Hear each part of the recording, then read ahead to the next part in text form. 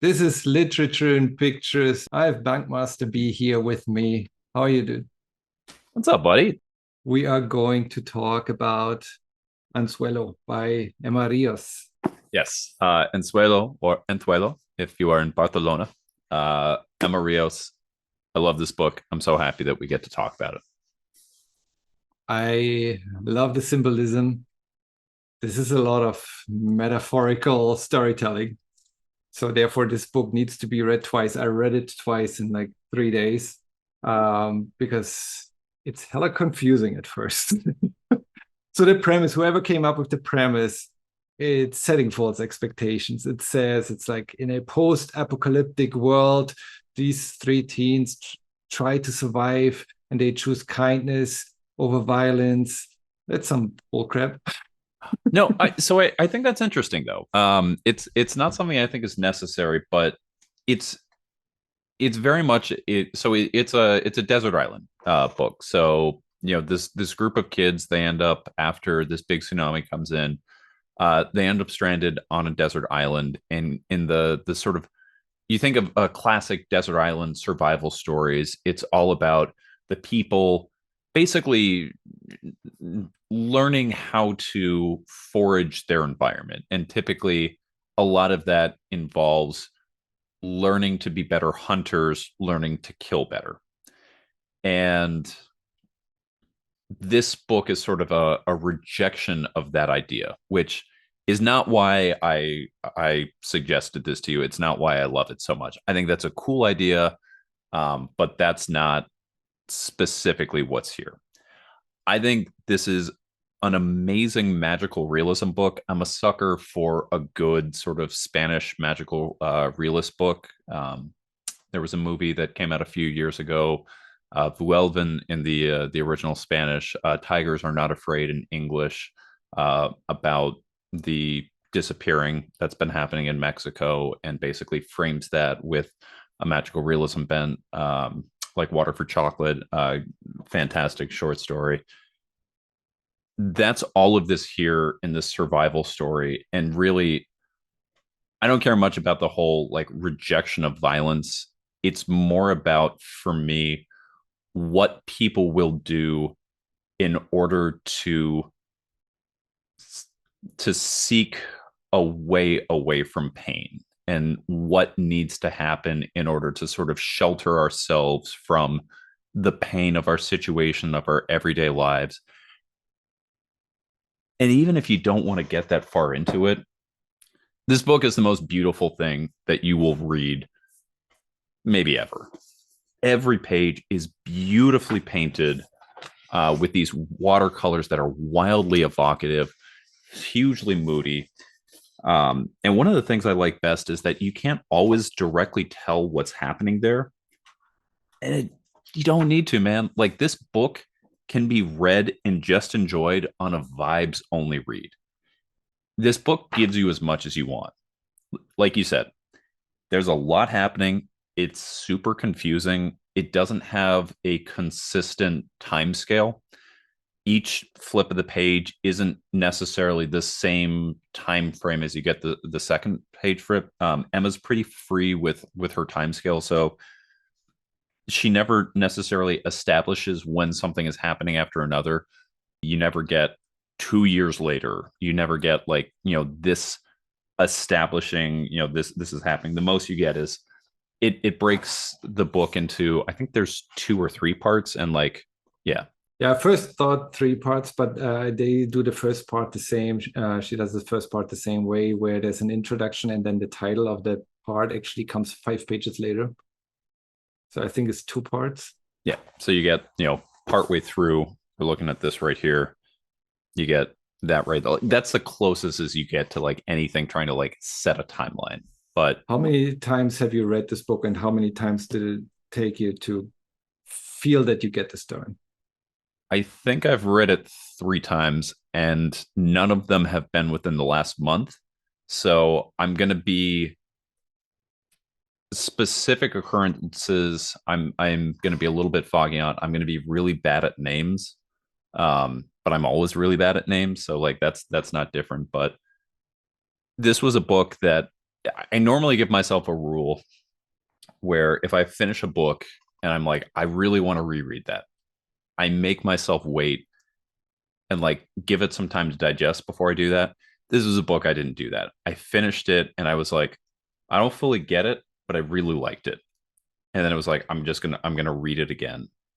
And I went back through it and I loved it even more. And again, like I love a piece of art that can be absorbed at different levels. I like something that doesn't have to be at one level. Like I love, like an Alan Moore story where you can read it and it's like it's as deep as you want to go with it. You can get the meta narrative that's behind it. You can get, you read V for Vendetta and you read the criticism of Maggie, Margaret Thatcher's, semi-authoritarian rule in Britain, and specifically, the degradation of protected classes and things that are going there. Or you can just read it and it's this cool vigilante story about another, about a guy who invites someone else to be like the next superhero pop version of that. Like as much as you want to read into it, you'll get that and it's enjoyable anyway. And I feel like Anzuelo is similar to that, where it's like if you're like, I don't necessarily, I'm not going to read super into the imagery here. I don't necessarily care about like how far is this different. Like I just want vibes, baby. I want to listen to some Spanish guitar and I just want to look at some beautiful watercolor art.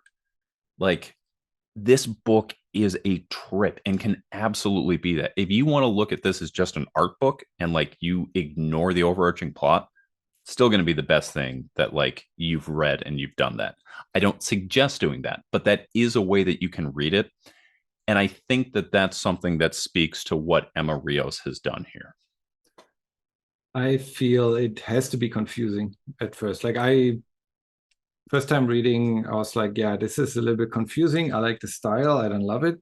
But it about 80% through, I was like, I think I get it a little bit better now. I want to read it a second time. Once I finish it, I want to read it a second time to confirm like my theories here.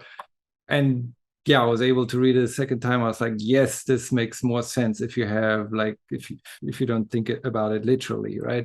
It has to be confusing for you to be tripped off and for you to question that this is actually a story about three kids and the environment that they are in, And of course, and it's not not just three kids. Then there's more kids. Where are those there's other more, kids? and Where what is they actually civilization stand behind them? for. Why do we go back and see that civilization and then flash back to the island? Why do the glasses show up? Again, second time reading, you actually realize that lots of the things that are on the first few pages are being picked up later on.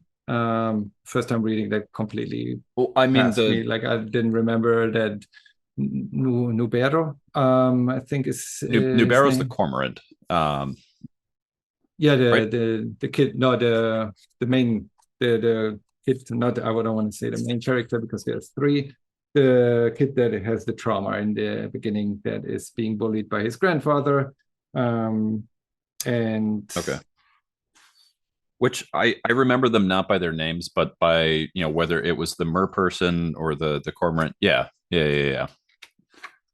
So again, one of the things I think is important, and again, like I got to read the first few pages and like sort of go back through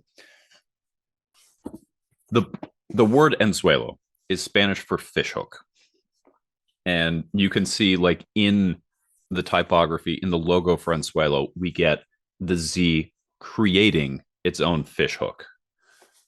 The cover tells you nothing. The cover is just like, you want some dope watercolors?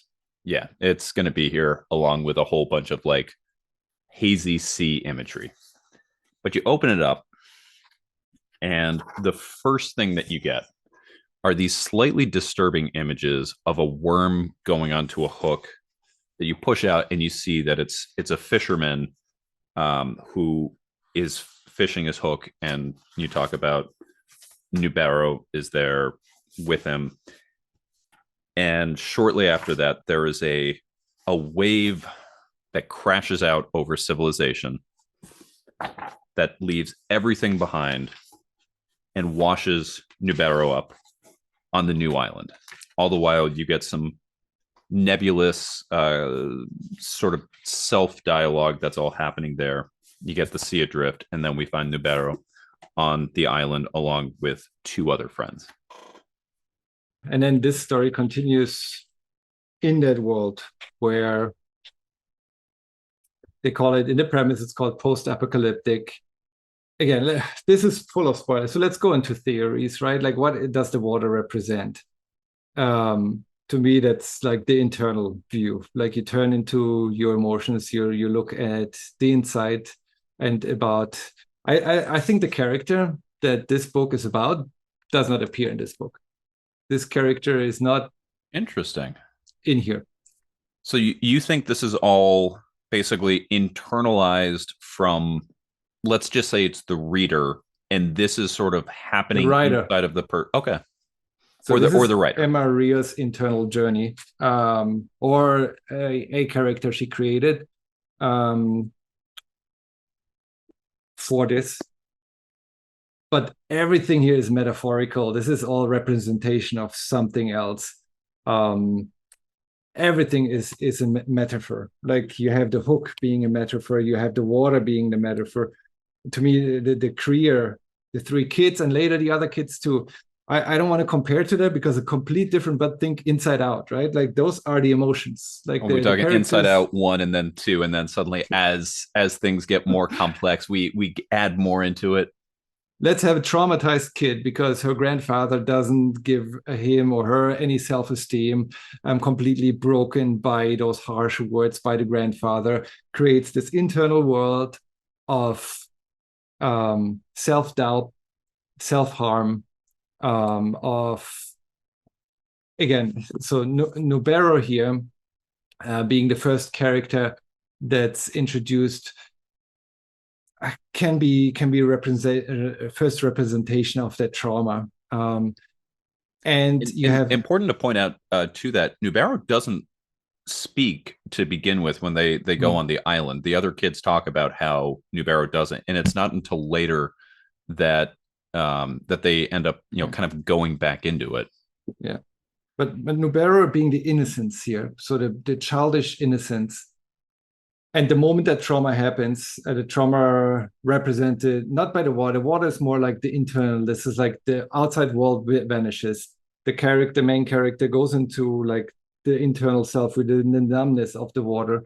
Nubero being the innocence and having to create, because now we're leaving the child. It's like coming of age story too. Like, the child is pushed aside. The innocence, that's why Nubero fairly fast disappears. Because now we have Lucio and Isma. Lucio being more the rational mind, the analytical part, the clear thinking. We should do certain things. She's like Lucio, no, a guy. Like that's the other thing with the watercolors. I could never tell if it's a girl or a boy. Doesn't matter. Yeah, and I think that's partly intentional. Like, I think there's a number of characters who are drawn like androgynous, and it's like, it doesn't matter, is this a guy or a girl? It's a person who represents a certain viewpoint. Because Lucio also mitigates a lot, like fights between, we have a little bit more, not angry, but Isma being the survival instinct, because Isma is actually the one that sacrifices the ideals of, I don't want to kill to survive, but we have to eat something. And Isma, being that survival instinct, goes out and does that, while Lucio kind of justifies it with like the rational thinking. Yes, okay, we have to do that, while at the same time Nubero disappears, because the innocence of that character disappears, comes back every now and then. Towards the end of the book, it gets less and less, but at older age, I guess the character finds that innocence, that childish innocence, again, as other characters appear, because now the emotions are becoming more complex and becoming more vast. You have the Coral Kid, which to me represents kind of that anger, that because that character is not angry. Whoever wrote this is not an angry person choosing the peace over the violence. And that Coral Kid is kind of the buried anger, or the buried will to fight back at the world, at the trauma, at the grand part, if that's the only part that's real in here before the water rises.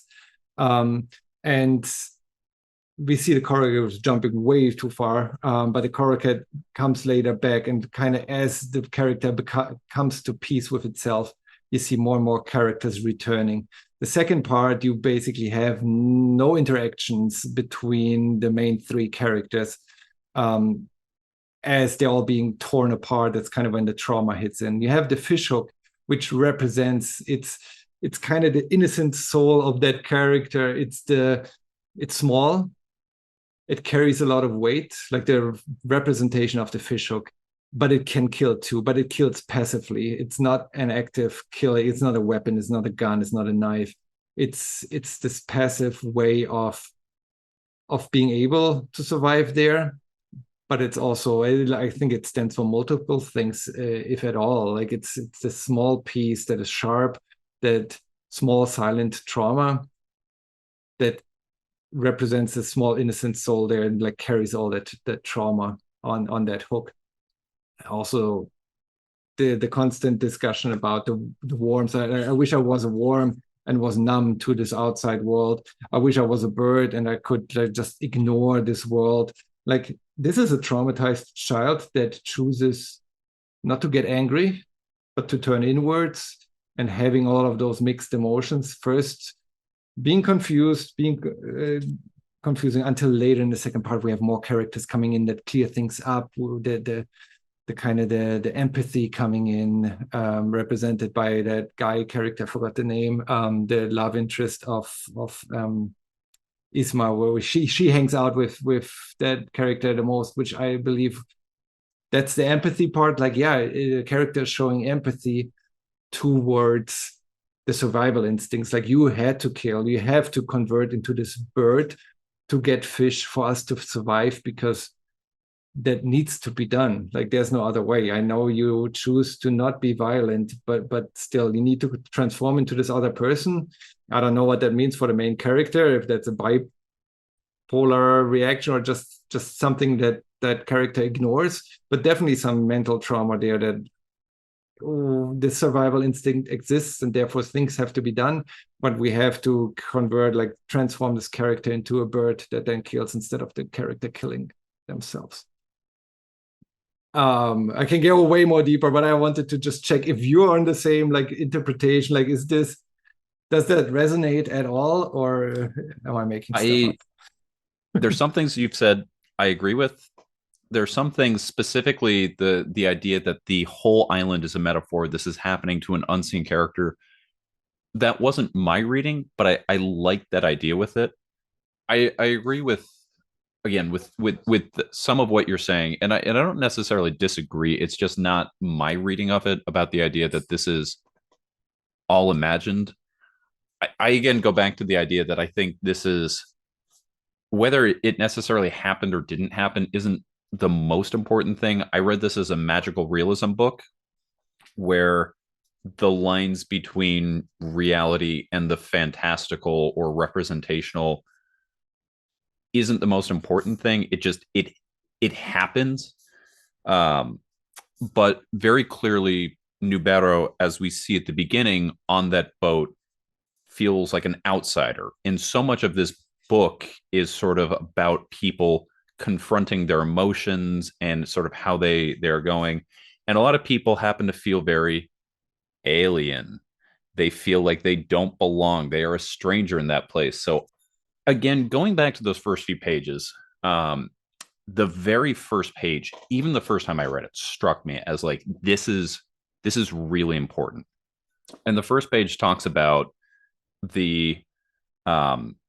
it's all about hooking the worm, and it talks about that worm brain, about sort of that like very simple, like non-responsive brain that just sort of goes along with things.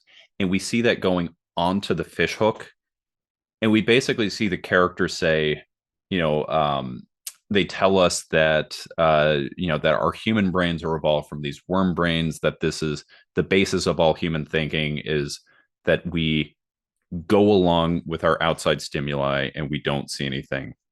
And it basically ends and goes, I hope that's not the case.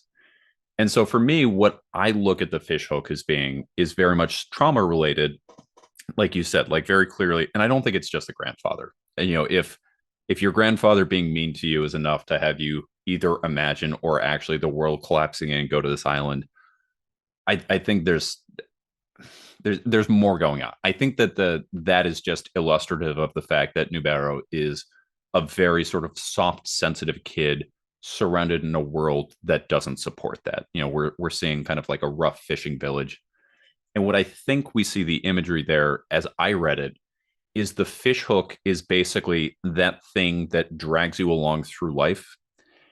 And either you can engage your worm brain and you can basically be on the hook and be dragged along as you're going through and then just sort of going through that, or you can engage your sort of higher functioning brain and you can fight against that fish hook that's going there. And as those forces are trying to drag you over here, you can try and get off the line. You can try and fight. You can try and pull against it. And I think that's what a lot of this story is sort of how each character is faced with their circumstances and what they choose to do and how they choose to fight it, if they choose to fight it. And even in the case where we see characters fight it, like our cormorant character, again, I'm very bad with names, but the one that continues to turn into a cormorant, Isma.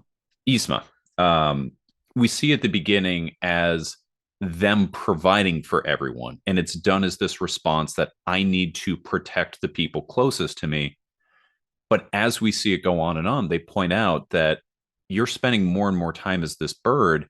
You're not being a person anymore. And we see that at that point, the response to being the cormorant, to going out and having this job that I need to go protect people, is almost like their abdication of their human self and feelings. It's a way that they can sort of step away from that self introspection. This is what's happening to me. I need to confront that. And we can see, that when the other characters are saying like, hey, we're going to build this raft, we're going to get off this boat, we're going to try and go back to engage with civilization. We've come to a point where those characters have found within themselves enough understanding in the island that they think that they've gone past their trauma and can go reintegrate with the world. Whereas the opposite has happened with Isma, where they have found it easier and easier to sort of retreat within themselves, get lost in their job, that they actually, they slap, I think it's Nubero, and they strike out with violence against them, basically like, don't make me feel like I don't want to engage with this reality that you're presenting me. Like, you gave me this opportunity to serve this function for you. I found purpose in that. Don't make me confront myself. And I think there's all these little intricacies that we all going there, but really this book is at its heart is how do people deal with trauma? And again, I think the question of whether it's really happening or whether it's all in a character's head, it's not necessarily something that I thought of through there, but through that magical realist lens, it's not something that I think is the be all end all. But I do love that idea, and like the idea that this is Inside Out, the best graphic novel that you've ever seen, and that it's, let's just say, Emma Rios is like working through her own things, and Nubero is her sadness that then goes to like her sense of purpose, all throughout, just not voiced by Phyllis Lappin Vance. I find it interesting that basically all the three kids are the same. Like, again, they express themselves. To me, they represent different emotions, but in their core, they're the same person because they're all insecure. Like, that's what defines them. All of them at some point say, like, I'm not good enough, kind of like paraphrasing here, but like, I'm not good enough, like, I'm this insignificant person. They're all having this, not self-pity, but this low self-esteem. Isma, who wears this eye patch for no reason, because it's not that she can't see on his eye, it's just she wants to hide that bird's eye that doesn't transform back completely. Then we have Lucio, who's ashamed of the guilts that are appearing on the body. Well, Nobara is obviously like traumatized from the beginning, as we meet. Cheers, as we meet him. And I found that you mentioned that scene where she chooses violence and slaps him. I found that actually very, because it's not further explained, but it follows up a scene where Nubero tries to give her the glasses, and that's mirroring the beginnings, like kind of putting the glasses away. Kind of, to me, that was like giving up, right? Like that Nubero chooses to disappear either. I don't want to say commit suicide, because that is like, that's also kind of themed in here, but how emotions cannot do that. That's why no one dies in here. Like no one dies. They all disappear, but they come back. And it's actually said that we cannot kill the There's the whole thing lies. with the shadow self and the shadow, like, how are they integrating their, yeah. I think the quote is, I wrote this down, we are all you, but we can't die within you. It's like, that's like, we are That all you, that but that we that makes a can't ton of die sense right there. within you. So the characters can't die because their emotions, you can suppress them and they will live at the bottom of the ocean in that bubble, like Lucio does, like the Coral Kid does for a while, but you can't get rid of those emotions. At some point they come back up, they will pop over. So Nobero giving the glasses indicates like Nobero is about to disappear, and that's why Isma smacks him, saying, you can't leave right now, you need to stay here, you need to keep that childish innocence. Therefore, like, I'm gonna just slap you across the face. And I actually said that the character doesn't appear in here. I actually remembered, actually there are two panels where I think the main character actually appears, which is the one that looks like a hospital scene. We only see the arm with the syringe. That brings us back into reality. It's halfway through or so. It's just an arm that's completely out of context, not in that magical world. But there's an arm with a syringe. That could be anything. I see that as maybe an attempted suicide attempt, and that kind of did pulling back the curtains there. And then the second time, towards the end of the book, we see the character, like a blonde girl. I don't know how Emma Rios looks like. I don't know if that's a representation of her, looking out to the ocean. That's also not part of this world. And looking at a bird that flies in the sky at a pier, modern civilization, and kind of looking into the distance. I think those are the two panels that are actually in the main character's surroundings, So environment. so that is really, really interesting that you say that. So one of the things that like kind of struck me going into this is tackles themes of mental health, which clearly we have a lot of that going on, self-harm and suicide. And that was one where I was like kind of thinking, I was like, we see themes of sort of that, but we don't, there's not necessarily depictions that we see of at least physical self-harm through, like we see self-destructive behaviors from some of the characters. We see, at times when they could be learning to move on and keep going, that doesn't happen. And so that was always there at the back of my mind. And one of the things I did think of as I was reading this is, whether it be Nubero or, I wasn't thinking of it, but as you bring it up, the unseen main character, the idea that there is some type of suicide attempt that they have that is unsuccessful. And the island is basically the response to that, either in a real world manifestation, magical reality, where they have to learn to sort of how to live with themselves in order to go back into society, or to your point, an inside out, where they're looking at that. And while I was looking for that panel, I was flipping through, and again, the shadow that we talked about before, um I came to this, where it's talking about the shadow that's all going here, and we see the characters. I can hear them. Hear what? The ultrasound. And it's all put together, and we see this manifestation of the character with beep beep beep beep beep beep beep, and we see all of that going on. And when I was first reading it, I didn't think of that in sort of a hospital and medical sense with an ultrasound where you're doing imaging through that. But if we're looking at this through the context of someone who is, has attempted some type of major self-harm, whether they ingested something and, there's something inside of them that's not supposed to be there or something else, we're getting some type of leaking through of the real world where they're in the hospital, they're getting an ultrasound, and the manifestation of this shadow creature that they're seeing is sort of messaging through the sound, but keeping that real world name, the ultrasound, as sort of, again, that medical thing, which, yeah, that was not my reading of it, but I like that theory a lot. And I'm gonna have to do another reading Yeah, after this where reread I it keep with that in that in mind. mind. Maybe you're just maybe you're like, nope, you're full of crap, or maybe it helps in an interpretation there. But yeah, I felt like, yes, the character might be definitely going through suicidal thoughts, but what we're Yeah. seeing in this book is the internal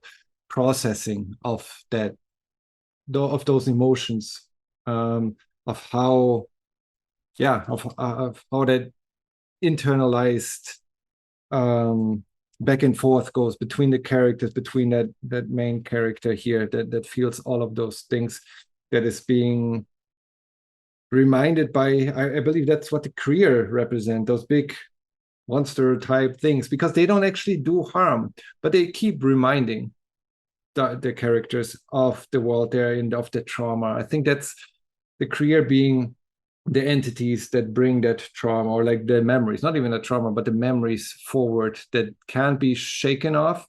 But that's when the Krier dump water over them or bring them fish. It's like that's the reminder of the memories. Like, here, there's the expositor. That's the memory. Don't forget. There's more water. There's more emotions that those entities create, because they're the ones that bring new people. They come and drop more people. Those old memories or new memories for that matter, bringing those new emotions in. Kids are first afraid of them, but then they learn that they don't do anything. They're just there. They don't do harm. They don't do good. They're just there. Occasionally, they either dump water, fish, or people. Yeah. And that did remind me a little bit of there was a book that came out last fall from Kieran Gillen and Stephanie Hans. We called them giants. We called them gods, where it was like that same kind of thing about the idea of, and I think that was going for a little bit more of a pet um, idea, but like the idea of the others, of like these caretakers that you see and you fear initially, but then find that they're not there to hurt you. Which, if we lean into your interpretation, the hospital staff, the administrators, but basically anyone who is trying to help you, that you have to let into your world and get going there, whether that is representational through a magical realism sense, or is just simply metaphorical in a in the sense that you're talking about. I mean, it's both, right? Because magical realism in itself is a metaphor. Like, Right. if you go with Gabo, like the yellow butterflies in any of his works represent the hope, the hopeful situation. And you have themes that are reoccurring based on author, but magical realism just uses metaphors to tell the story. 100%. Everything is always going to be representational that way, and it's, in the context of that story, those things are actually happening, but everything represents something else, as opposed to sort of, it was all a dream. I used to read Word Up magazine. Wait, sorry, that's a different thing. um Before we go further in the dissection of the plot, because I do love that, but I actually think that that's, as much as I love this book and I love the layers that it does there, I think that that's actually the less impressive part of this book.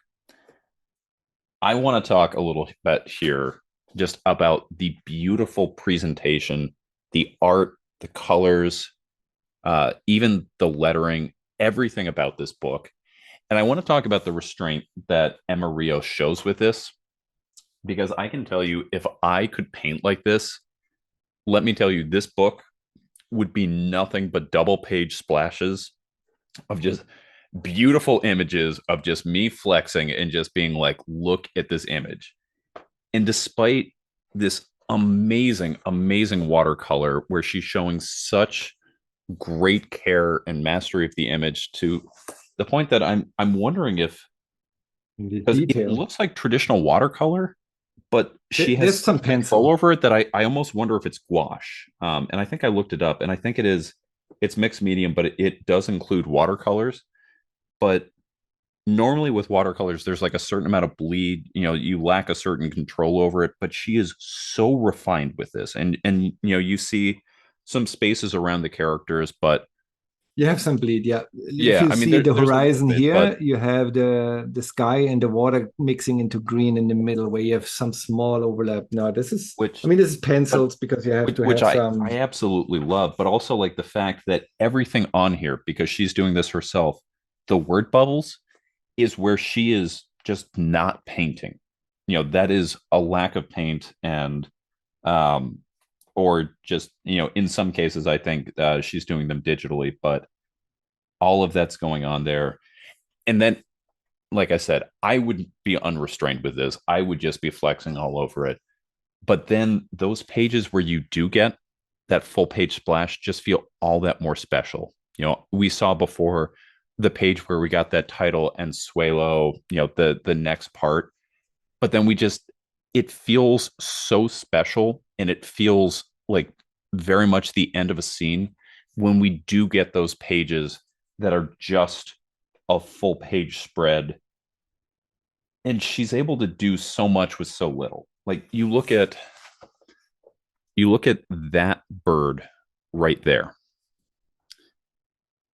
That is, there's so little there. I mean, that's almost basically a brushstroke, but it's a beautifully rendered silhouette of a bird against this sort of billowing cloudscape looking over the water. We have these birds that are flying over here. Nothing is overly technical. Everything is shape and feeling and color. And again, one of my favorite things about this book, if you don't want to do the deep dive, if you don't want to sort of really go into it and say, what are the deeper themes at work? You can read this as an art book and have an amazing time with it. In fact, I did there was one part where I read this I was at the gym. I was on a workout bike, and I was like, I'm just going to go through this section. I'm going to put a bookmark in where like I got my actual read through. I'm going to put in my earbuds. I'm going to put in a Spanish guitar playlist, and I'm just like, I'm not going to read the words. I'm just going to go through, and I'm just going to feel this book. And that was one of my favorite reading sessions I had on this, because everything is so evocative about it. And I didn't get dragged into the whole sort of meta narrative about what's really happening, what are the themes here, what are each of these characters, what are they going through, what do they each represent, how are they fighting against that, who's giving into who. And this book is a beautiful book. Like, this is a work of art that also has the story to back it up. But I think it would be a disservice to sort of everything that Emma has done, to spend all of this time simply talking about what is a great story, but is, I would say, not even the strongest aspect of it. Her panel layout, what she's doing, where she's not doing consistent layouts. Every page is done differently. There's a flow that goes through there.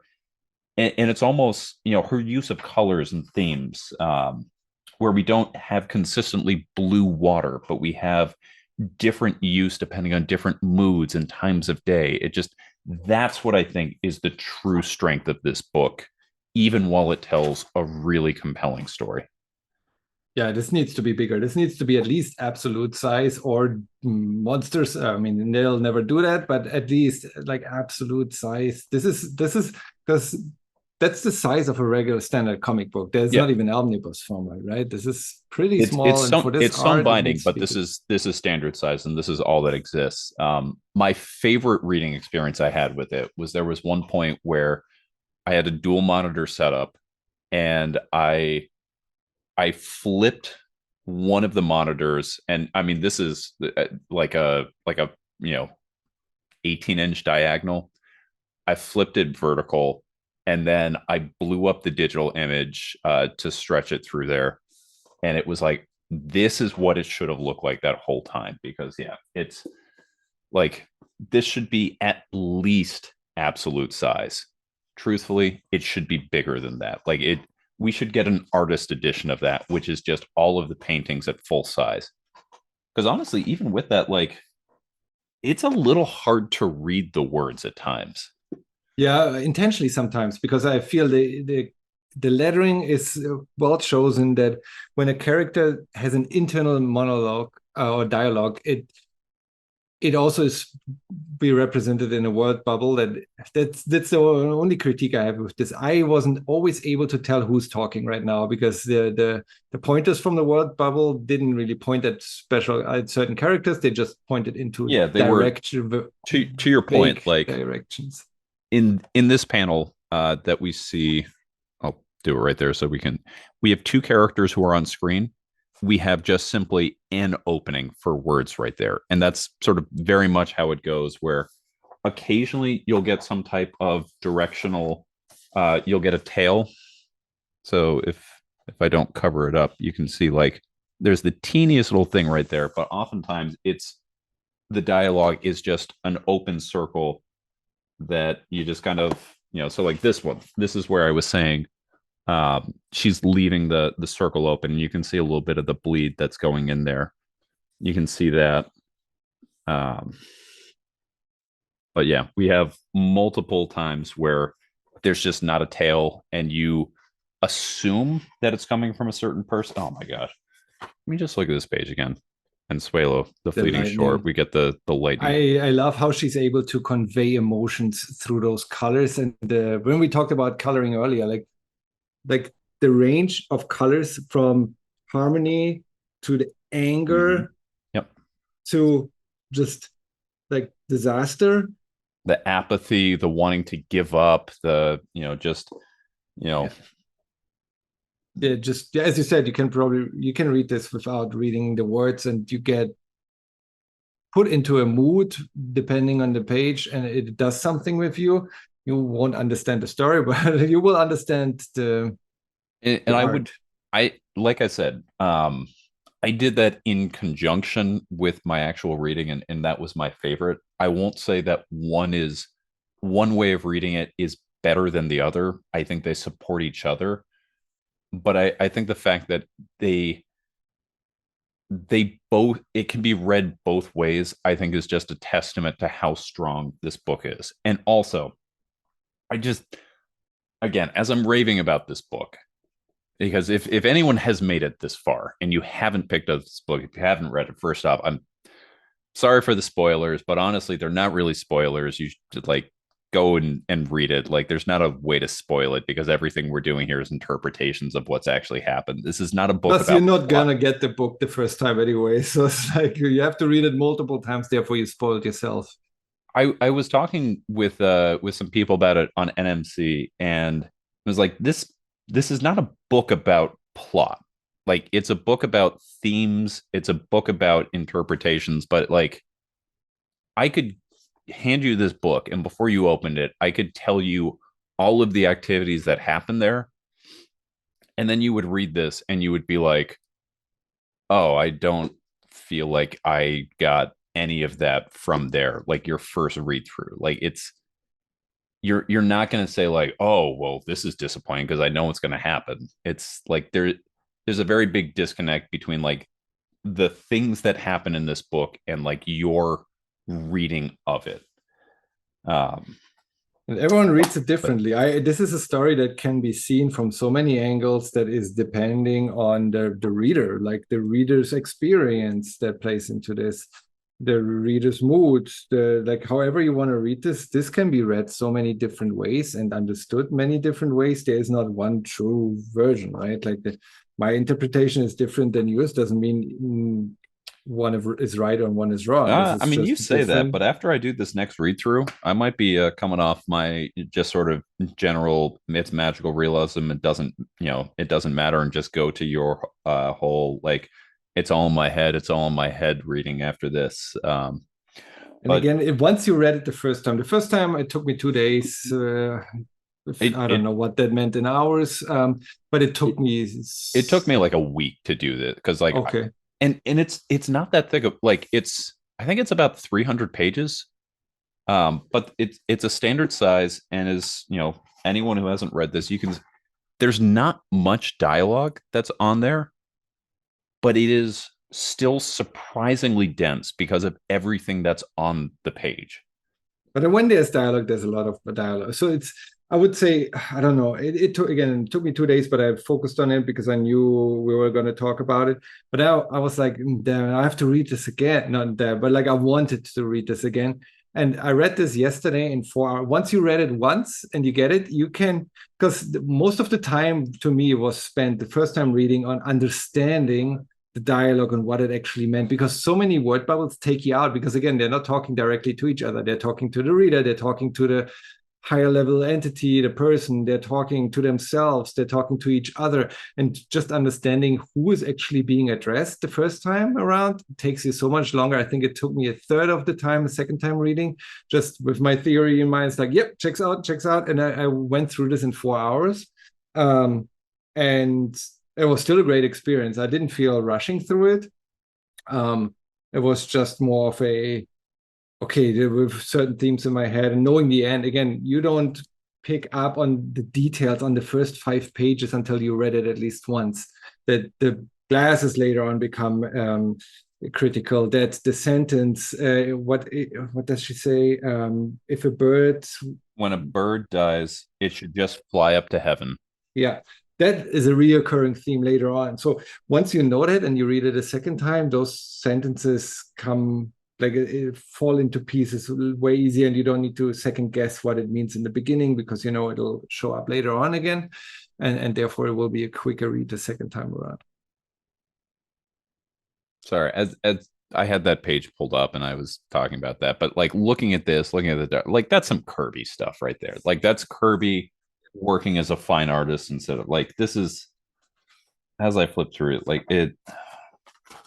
And also, as we're talking about this, again, if you have not read this and you have gotten through this far and you're like, I need to point out that this is a 300 plus page book, hardcover, sewn binding.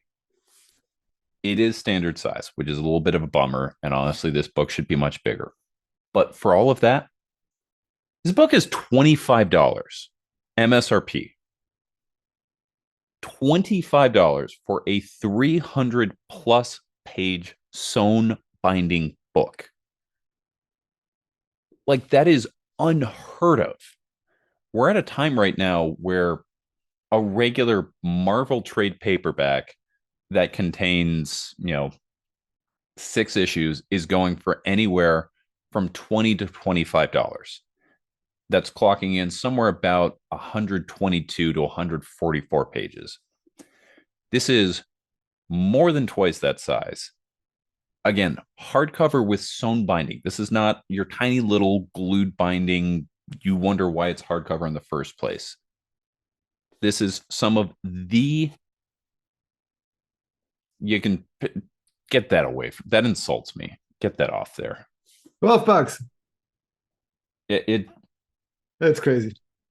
Buy 5 of them. Make sure it's sold out, and they do a oversized. 100%. Like, that I think is like the greatest tragedy. Like, I pulled Hoopla back on this so I could try and go through at least the first few pages before we talked about this today. And I saw, because on Hoopla, yeah, it's on Hoopla. So if you have Hoopla, you can read it there. But when I was reading it on the computer, so I could see it huge stretched out, it was through Hoopla. And I saw my review that I'd done there where I gave it a 5-star review. I was one of, I think, 9 reviews on Hoopla for it. And granted, Hoopla is not the most, you don't have the most comic readers there, but this book came out in like October, and you're telling me that only 8 other people read it on Hoopla and thought to review it? That's mind-boggling. This book needs to be read by more people. And granted, I never made my year-end list. I never made my video about it specifically. You're So part of that. I mean, you promoted this book more than anyone I know. So kudos to you. Also, thank you for sending this to me because I would have missed out on it 100%. I wasn't aware of the book until you made it your top pick of last year, and then I was inclined to buy it, but with shipping and stuff, I was like, and then you sent it to me anyways, fairly early this year. So with all of that, you've talked about your sort of experience reading it. What did you think about it? Is this a book you liked? Did you love it? Did you think I overhyped it? What's the Torsten read on it? My read is the first time I liked it, was good. The second time I loved it. I gotta admit, I started a third time, but then I ran out of time earlier today. So I read for the third time, I started reading just the first 20 pages or so just to go over it again. But yeah, I'm gonna read this again. Like I love this every time. I love it more every time I read it. And yeah, if stuff doesn't make sense, it's not meant to make sense the first time, right? So yeah, first time reading, I was like, okay. Halfway through, it's like, okay, it's good. It's not bad. It's good. But then stuff was just confusing. Like, why is this showing up? And why is this syringe in the arm of a person that doesn't even exist in the story? But again, like that's part of the beauty of getting to the end of it, to know that there are hints. There's so many hints. There's so many hints at different things that there's got to be more under the surface. And I'm a person that wants to dig deeper if I feel that there's a story to be told. And this definitely has a story that's being told. It's not a character I can identify with. I still love this book.